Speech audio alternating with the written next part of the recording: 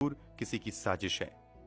इसी के बाद रोजो थॉमस स्थानीय पुलिस स्टेशन में जाकर एक मामला दर्ज करवाते हैं और पुलिस से परिवार में हुई अब तक की सभी मौतों की गहराई से जांच करने की अपील करते हैं।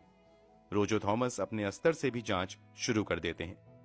जांच के दायरे में अब वही लोग थे जो परिवार में जिंदा बचे थे, और परिवार में जिंदा बचे लोगों में अब शाजू थॉमस तथा जॉली जोसेफ रह गई थी, मतलब रोजो के चचेरे भाई और भाभी। पहले तो पुलिस इस जांच को बहुत ज्यादा सीरियसली नहीं लेती है, मगर रोजो थॉमस अपने स्तर से जांच शुरू करते हुए पुलिस के सामने एक बहुत ही चौंका देने वाला खुलासा करते हैं।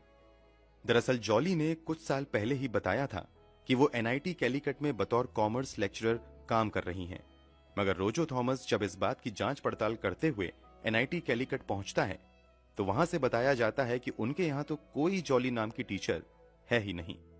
जॉली ने अपने दावे के साथ साथ एनआईटी कैलीकट में अपने जॉब की एक आइडेंटिटी कार्ड भी परिवार वालों को दी थी। जब इस आइडेंटिटी कार्ड की जांच की जाती है तो यूनिवर्सिटी प्रशासन की ओर से कहा जाता है कि यह आइडेंटिटी कार्ड फर्जी है। इतना ही नहीं, रोजो थॉमस द्वारा की गई जांच पड़ताल में यह बात भी सामने आती है कि अब तक जितने भी सदस्यों की मौत हुई है या फिर अचानक से तबीयत बिगड़ी है, उस समय उन सभी के आसपास जॉली जोसेफ मौजूद थीं। 6 मौत, और उन सभी के आसपास जॉली का होना कोई इत्तेफाक नहीं था, बल्कि ये एक बड़ी साजिश की तरफ इशारा कर रहा था।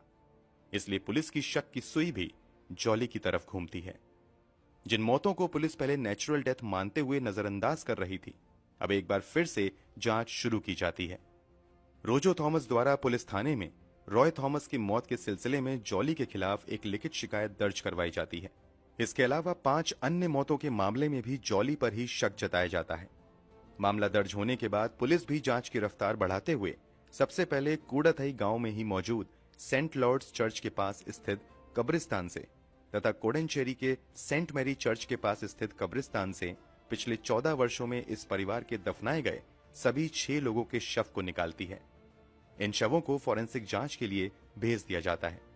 वहीं इस मामले की गंभीरता को देखते हुए केरला पुलिस द्वारा दुनिया के कई बेस्ट फॉरेंसिक साइंटिस्ट को इस केस में मदद के लिए बुलाया जाता है। इधर पुलिस भी जॉली जोसेफ को गिरफ्तार करके पूछताछ आगे बढ़ाती है।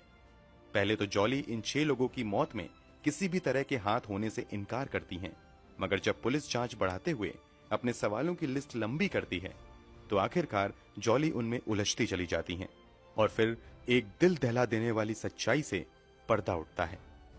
पुलिस के सामने जॉली इस बात को कबूल करती हैं कि उसी ने पिछले 14 सालों में परिवार के 6 लोगों को साइनाइड जहर देकर मारा है। जब पुलिस इन हत्याओं की मोटिव यानी वजह के बारे में पूछती है तो और भी हिला देने वाला खुलासा होता है। सभी की हत्या की अपनी अपनी वजह थी। जॉली द्वारा पुलिस पूछताछ में किए गए खुलासे के मुताबिक सबसे पहले उसने अपनी सास अनम्मा थॉमस की जान साल 2002 में ही लेने की कोशिश की थी, मगर पहली कोशिश में नाकाम रही थी। हालांकि दूसरी बार जब सभी लोग अपने अपने काम में व्यस्त थे, तभी जॉली ने चुपके से अपनी सास के मटन सूप में साइनाइड मिला दिया। इस तरह साइनाइड मिला सूप पीते ही कुछ ही देर में अनम्मा थॉमस की मौत हो गई। अनम्मा की जान लेने की वजह यह थी कि परिवार से जुड़े सभी फाइनेंशियल फैसले अनम्मा ही लिया करती थी और पैसों का पूरा पूरा हिसाब किया करती थी। ये बात जॉली को पसंद नहीं आई, इसी वजह से उसने अनम्मा की जान ले ली। जॉली ने अपना दूसरा निशाना अपने ससुर टॉम थॉमस को बनाया था। इसके पीछे की वजह यह थी कि 2008 के आसपास जॉली के पति रॉय थॉमस फाइनेंशियल प्रॉब्लम में चल रहे थे। इस पर जब उसने अपने पिता से कुछ